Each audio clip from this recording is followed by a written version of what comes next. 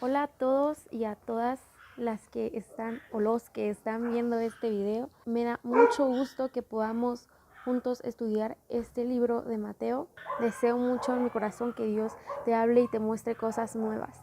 Me gustaría empezar este estudio y sí hay un chorrísimo de ruidos acá, pero vamos a orar. Porque las distracciones siempre van a estar, los ruidos siempre van a estar, nunca vamos a estar realmente en un total silencio. Entonces me gustaría empezar con una oración. Señor, te damos muchas gracias porque tú eres bueno, Señor. Gracias porque tú siempre estás hablando, Señor, y nosotros queremos estar atentos a tu voz. Es tu palabra, Señor, la que vamos a estudiar en este momento. Sé tú abriendo nuestro entendimiento, Señor, y que lo que vamos a aprender el día de hoy no solamente se quede en conocimiento, sino que podamos llevarlo a la práctica en nuestro día a día y de la misma manera podamos enseñarlo a más gente. Gracias porque tú eres bueno todo el tiempo. En el nombre de Jesús, gracias, amén y amén. Mateo, que va a decir Génesis, vamos a leer Mateo capítulo 1 del verso 18 al verso 25, que es lo que nos faltaba del capítulo 1. Entonces, vamos a leerlo. Dice así. El nacimiento de Jesucristo fue así. Estando desposada María, su madre, con José, antes de que se juntasen, se halló que había concebido del Espíritu Santo. 19. Su marido, como era justo y no quería infamarla, quiso dejarla secretamente. Y pensando él en esto, he aquí un ángel del Señor le apareció en sueños y le dijo: José, hijo de David, no temas recibir a María tu mujer, porque lo que en ella es engendrado del Espíritu Santo es, y dará a luz un hijo y llamará su nombre Jesús, porque él salvará a su pueblo de sus pecados. Todo esto aconteció para que se cumpliese lo dicho por el Señor por medio del profeta cuando dijo: 23. He aquí, una virgen concebirá y dará a luz un hijo, y llamará su nombre Emmanuel, que traducido es Dios con nosotros. Verso 24.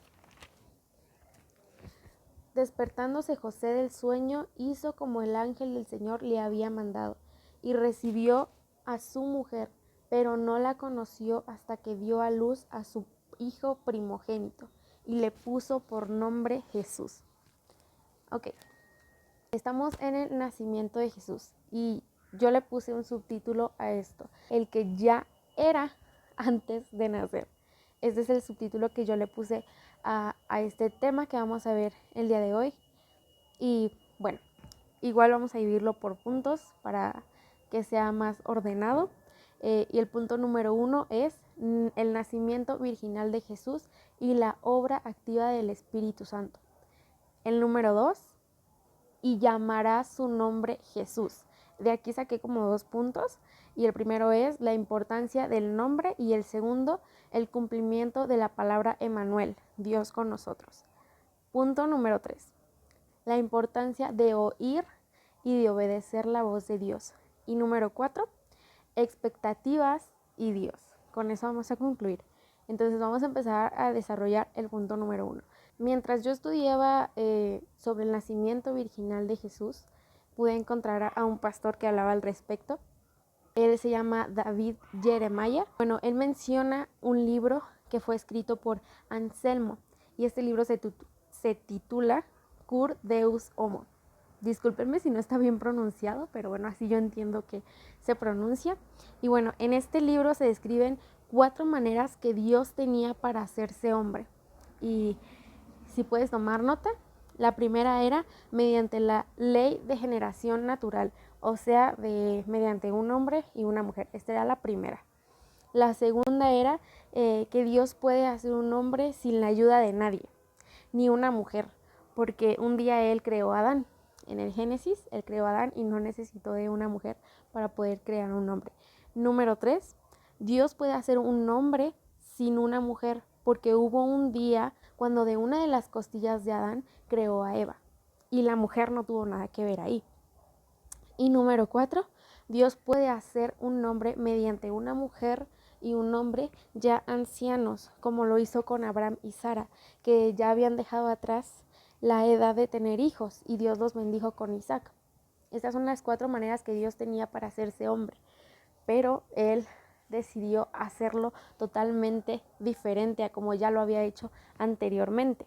Si nosotros creemos esto, si nosotros creemos que Dios puede crear un hombre sin necesidad de un hombre ni una mujer, entonces no se nos debe de complicar el creer que Él pudo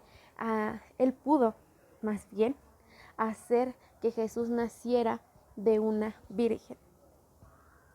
Y quizás no sea tu caso, quizás tú digas, yo estoy súper bien con ese tema, yo entiendo que Jesús nació de una virgen y yo lo creo y no tengo ninguna duda al respecto. Pero si es tu caso, tranquilo, no pasa nada.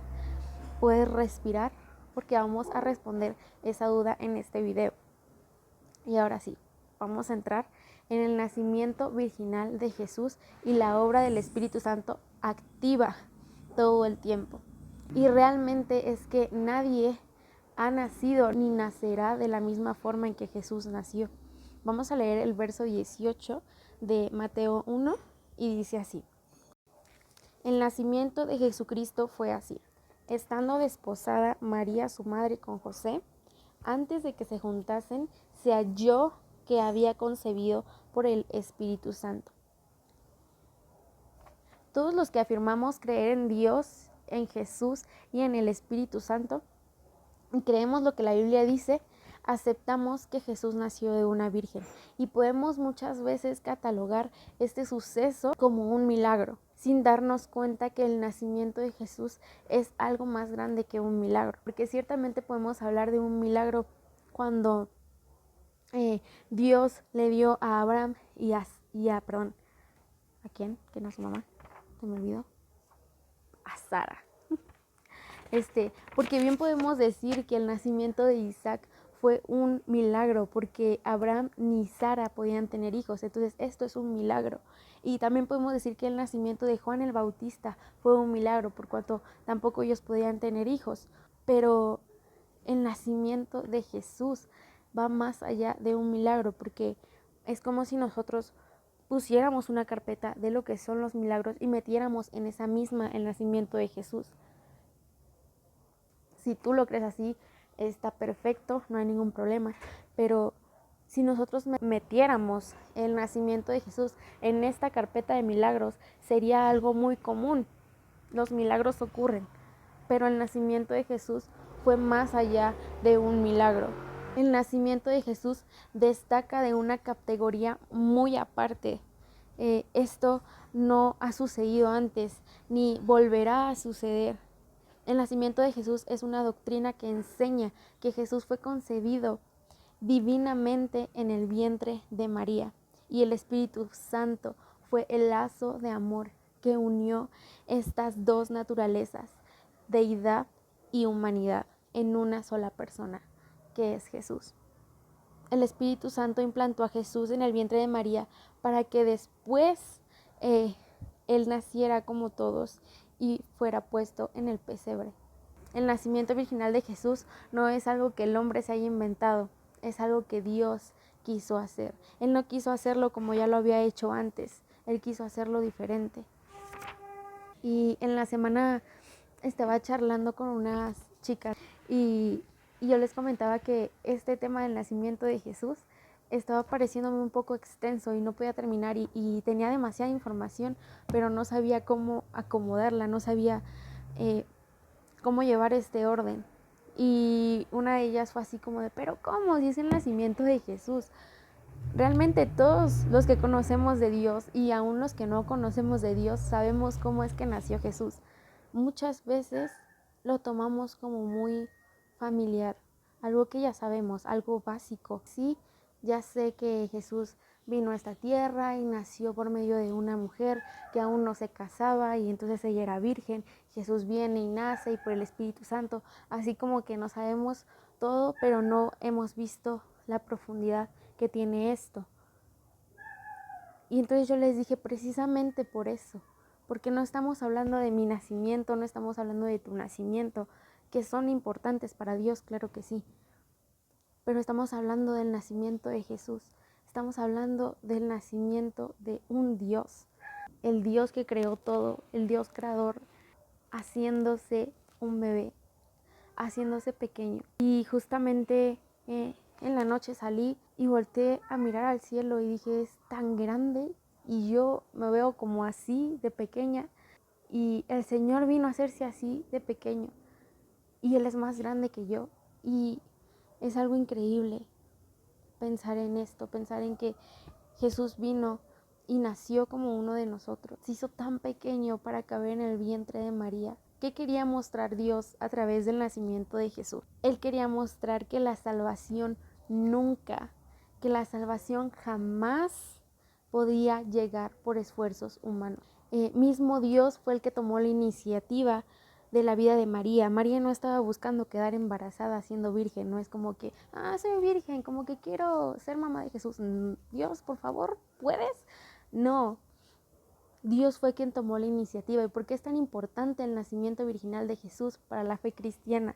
Y es porque Jesús tenía que nacer de esta manera, Él tenía que nacer de una virgen para que fuera completamente humano, pero sin la herencia del pecado.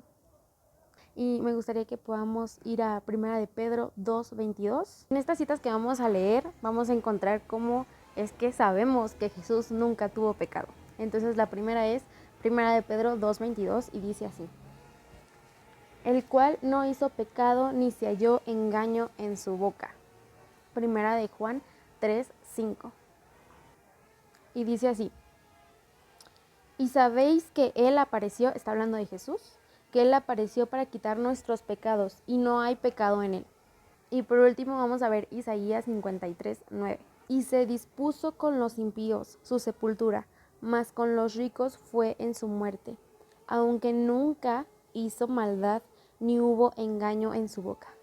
Porque ¿de qué serviría que un pecador diera la vida por otro? De esta manera el pecado sigue. Que un pecador dé la vida por otro no puede darnos vida. Pero si el que da la vida nunca pecó y es perfecto y entrega su vida perfecta, entonces su perfecta vida y justicia puede ser transmitida a todos los que creen en Él. Vamos a leer Filipenses 2 del 1 al 7, pero me quiero enfocar más en el 6, pero vamos a leerlo. Y dice así: por tanto, si hay alguna consolación en Cristo, si algún consuelo de amor, si alguna comunión del Espíritu, si algún afecto entrañable, si alguna misericordia, completad mi gozo, sintiendo lo mismo, teniendo el mismo amor, unánimes, teniendo una misma cosa. Nada hagáis por contienda o por vanagloria, antes bien con humildad, estimando a cada uno y a los demás como superiores a él mismo, no mirando cada uno por lo suyo propio, sino cada cual también por lo de los otros.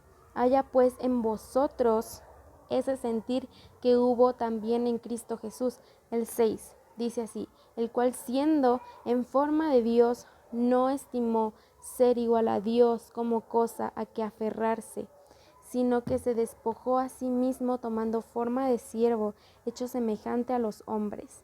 Y estando en la condición de hombre, se humilló a sí mismo, haciéndose obediente hasta la muerte. Perdón, leí hasta el número 8, pero quiero enfocarme en el 6, que dice así, lo voy a volver a leer. El cual siendo en forma de Dios, no estimó el ser igual a Dios como cosa a que aferrarse. Jesús mostró humildad y Él estuvo dispuesto a dejar sus derechos de hijo de Dios por un lado y obedecer a su Padre Dios y servir a la gente. Al igual que Jesús, debemos de tener esa actitud de servicio.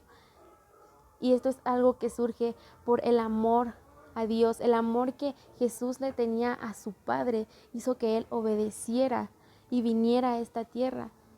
Porque no imagino a un Jesús así como Dios diciéndole: hijo, tienes que ir a la tierra, hacerte hombre y morir por ellos para que entonces puedan estar conmigo. Y que Jesús dijera: ay papá, pero ¿por qué? Ellos no se lo merecen, mira cómo son.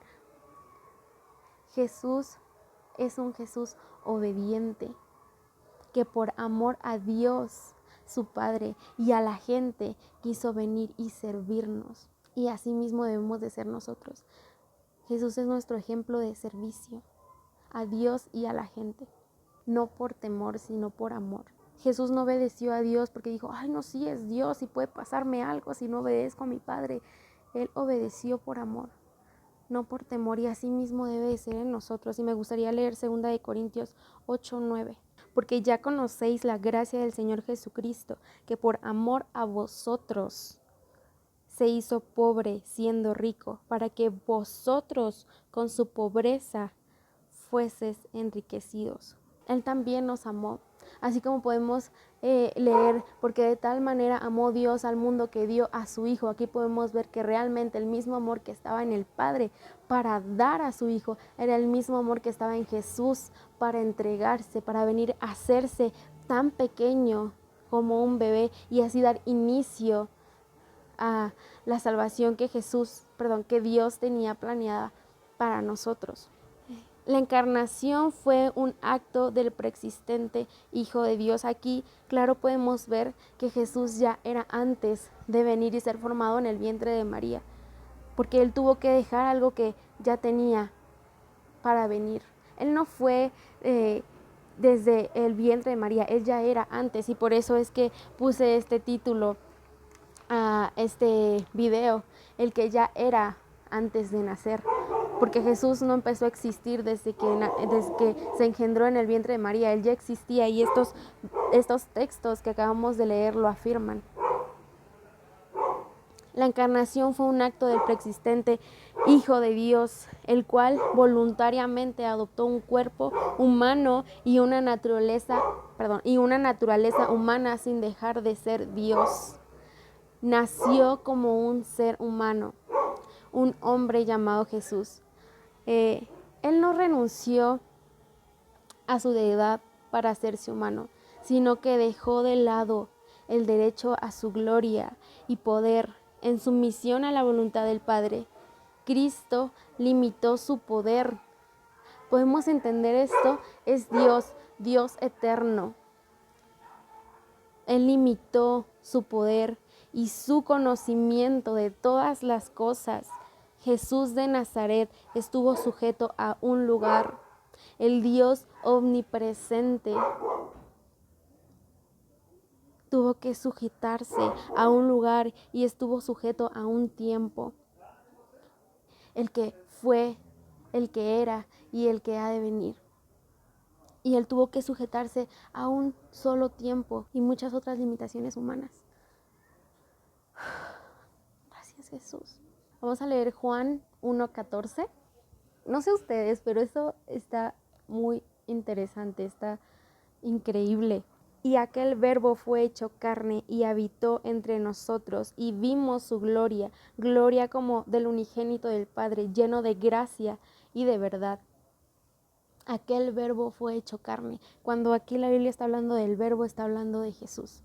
Y no estamos hablando de una película de superhéroes en donde un hijo de un Dios, porque esos son los superhéroes, está aquí. No, estás hablando de algo real, no es ficción.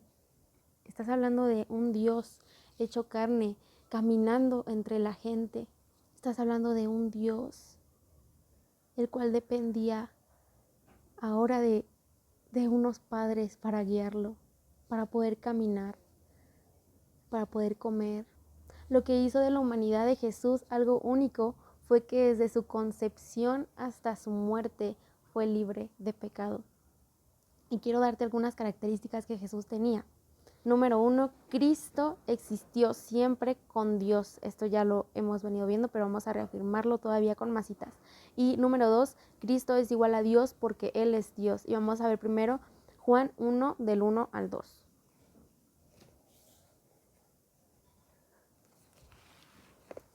Y dice así: en el principio era el Verbo. Recordamos que cuando habla del Verbo está hablando de Jesús. En el principio era el Verbo, y el Verbo con Dios, y el Verbo era Dios. Este era en el principio con Dios. Vamos a leer Colosenses 1:15. Él es la imagen del Dios invisible, el primogénito de toda la creación. Jesús es la representación de Dios mismo. Ahora sí, punto número 3. Aunque es Dios, como ya lo vemos, ya aclaramos ese punto de que es Dios, pero aunque es Dios, Cristo se hizo hombre para cumplir el plan divino de salvación para todos. Y esto lo vamos a encontrar en Colosenses 1:20. Y por medio de él reconciliar consigo todas las cosas, así las que están en la tierra como las que están en los cielos, haciendo la paz mediante la sangre de su cruz. Queda clarísimo. Vamos a ver primera de Juan 1 del 1 al 4. Pero esta me gustaría leerla en otra versión un poco más entendible, TLA. Esta carta habla de la palabra de vida, la cual ya existía desde antes de que Dios creara el mundo. La escribimos para contarles lo que hemos visto y oído acerca de ella, para que juntos podamos alegrarnos completamente. Así ustedes se mantendrán unidos a nosotros como nosotros nos mantenemos unidos a Dios, el Padre y a su Hijo. La palabra de vida es Jesucristo, que es quien da la vida verdadera, la vida eterna. Jesucristo estaba con Dios, el Padre, pero vino a nosotros. Pongan atención a esta parte. Dice así: Jesucristo estaba con Dios, el Padre, pero vino a nosotros, y nosotros, sus discípulos, lo vimos con nuestros propios ojos. Lo escuchamos hablar y hasta pudimos tocarlo. Punto número 4. Dice así: Cristo no solo tenía apariencia de hombre, sino que realmente se convirtió en un ser humano para identificarse con nuestros pecados. Si bien Jesús nunca pecó, pero él tuvo las mismas tentaciones. Y vamos a leer Hebreos 4:15. Y en lo personal, esto es uno de los textos que fueron más así como de más revelador para mí. Y es que está súper claro todo. Dice así: porque no tenemos un sumo sacerdote que no pueda compadecerse de nuestras debilidades, sino uno que fue tentado en todo, según nuestra semejanza, pero sin pecado. Él conoce nuestras debilidades y es por eso que nosotros podemos ir delante de Él y contarle cómo estamos, con qué es con lo que batallamos, que necesitamos su ayuda. Hebreos 2:14 y 17.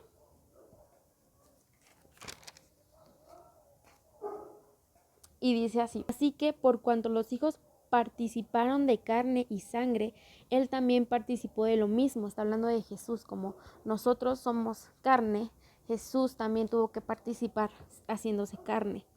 Él también participó de lo mismo para destruir por medio de la muerte al que tenía el imperio de la muerte. Él tenía que venir a hacerse carne, a hacerse un bebé, crecer y llegar hasta esa cruz para vencer al que tenía el imperio de la muerte. Esto es el diablo. Vamos a leer el 17 ahora. Dice: por lo cual debía ser en todo semejante a sus hermanos, o sea, nosotros, para venir a ser misericordioso y fiel sumo sacerdote en lo que Dios se refiere, para expiar los pecados del pueblo. En cuanto él mismo padeció siendo tentado, es poderoso para socorrer a los que son tentados. Si tú estás siendo tentado en cualquier cosa, no dudes en venir delante de Dios y decirle: estoy en esta situación, porque Él te va a entender. No dudes en venir a Jesús en medio de tu tentación. Él puede entenderte perfectamente. Vamos a leer Isaías 53. Pon muchísima atención a esto. Despreciado y desechado entre los hombres, varón de dolores, experimentado en quebranto. No es que Dios no sabe lo que me está doliendo. No, discúlpame. Él sabe, porque Él también se dolió. Él fue experimentado en quebranto. Sí, seguimos leyendo, dice: y como que escondimos de Él el rostro, fue menospreciado y no lo estimamos. Si tú te sientes menospreciado y que nadie te autoestima, ven delante de Jesús, porque Él sabe perfectamente lo que es sentirse así.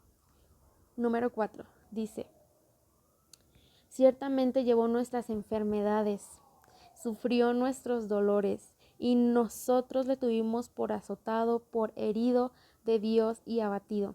Número 5, mas Él herido fue por nuestras rebeliones, molido por nuestros pecados.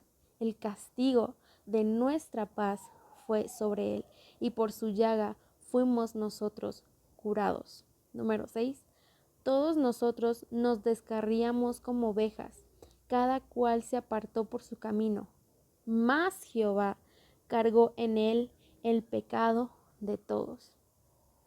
Vamos al punto número 5. Cristo murió en la cruz por nuestros pecados para que no tuviéramos que enfrentar la muerte eterna. Y como muchos sabemos, la paga del pecado es la muerte. Esto lo dice en Romanos 6:23. Ahora pues ninguna condenación hay para los que están en Cristo Jesús, los que no andan conforme a la carne, sino conforme al Espíritu. Número 2, porque la ley del Espíritu de vida en Cristo Jesús me ha librado de la ley del pecado y de la muerte. Porque lo que era imposible para la ley, por cuanto era débil por la carne, Dios enviando, esto es importante, Dios enviando a su Hijo en semejanza de carne de pecado, y a causa del pecado condenó el pecado a la carne, para que la justicia de la ley se cumpliese en nosotros, que no andamos conforme a la carne, sino conforme al Espíritu. Hebreos 10:5-11. Ahora quiero explicar un poquito de contexto de este texto, y es que ellos, los judíos, tenían que ofrecer un sacrificio, el cual por medio de sus pecados eran perdonados. Entonces, sabiendo esto, vamos a leer. Dice así. 5. Por lo cual, entrando en el mundo, dice: sacrificio y ofrenda no quisiste, mas me preparaste cuerpo. Está hablando de Jesús. Holocausto y expiaciones por el pecado no te agradaron. Entonces dije: he aquí que vengo, oh Dios, para hacer tu voluntad. Está hablando de Jesús ahí. Como en el rollo del libro está escrito de mí, diciendo: primero sacrificio y ofrenda y holocaustos y expiaciones por el pecado no quisiste, ni te agradaron, las cuales cosas se ofrecen según la ley. Y diciendo luego: he aquí que vengo, oh Dios, para hacer tu voluntad. Verso 10. En esa voluntad somos santificados mediante la ofrenda del cuerpo de Jesucristo, hecha una vez y para siempre. El número 11 dice: ciertamente todo sacerdote está día tras día ministrando y ofreciendo muchas veces los mismos sacrificios que nunca pueden quitar los pecados. 7 es: Dios lo glorificó por su obediencia. Y también vamos a ver el número 8. Dios lo elevó a su posición original, a la diestra del Padre, desde donde reinará para siempre como Señor y Juez. Hebreos 10:12.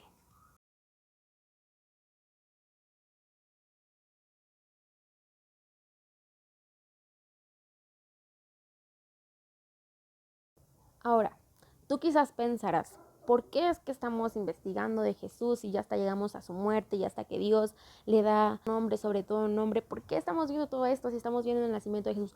Bueno, quiero que puedas darte cuenta de quién era Jesús, de quién estamos hablando al decir que vino y nació de una virgen, para que no sea solamente: sí, Jesús, el que nació de una virgen, sí. No, Jesús, Dios.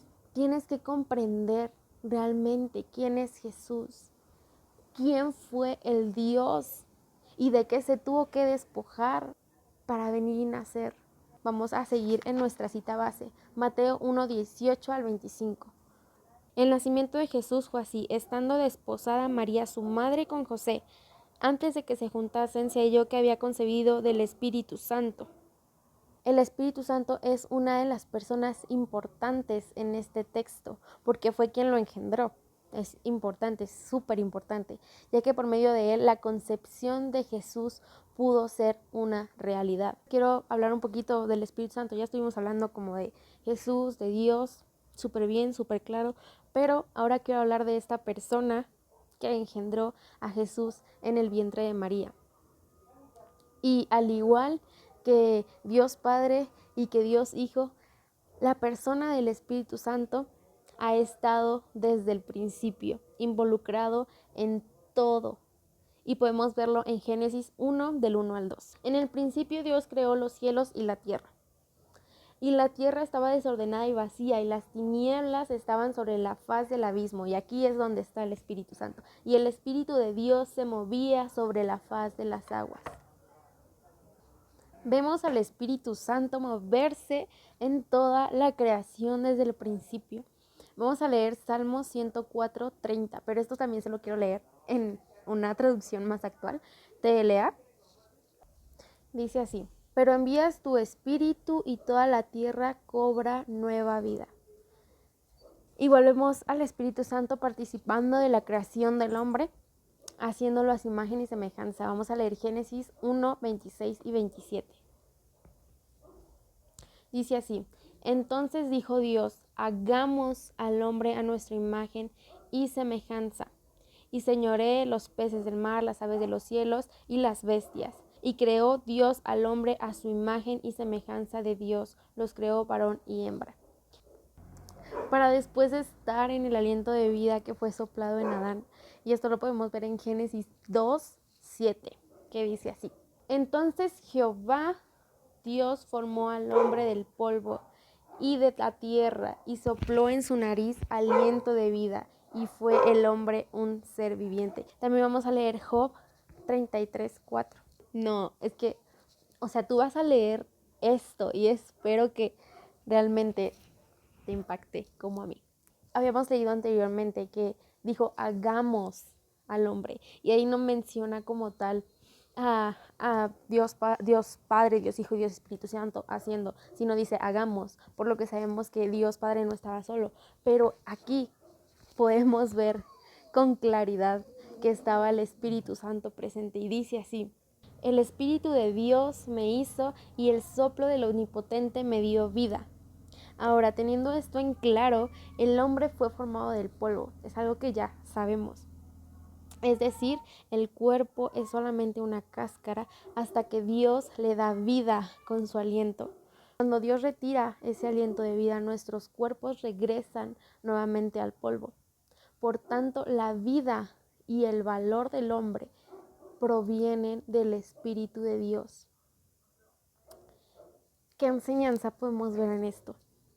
Nuestro valor como personas no proviene de nuestros logros, sino del Dios del universo que ha elegido darnos vida a través de su Espíritu. Y esto es increíble, por eso es que no sabía cómo acomodar.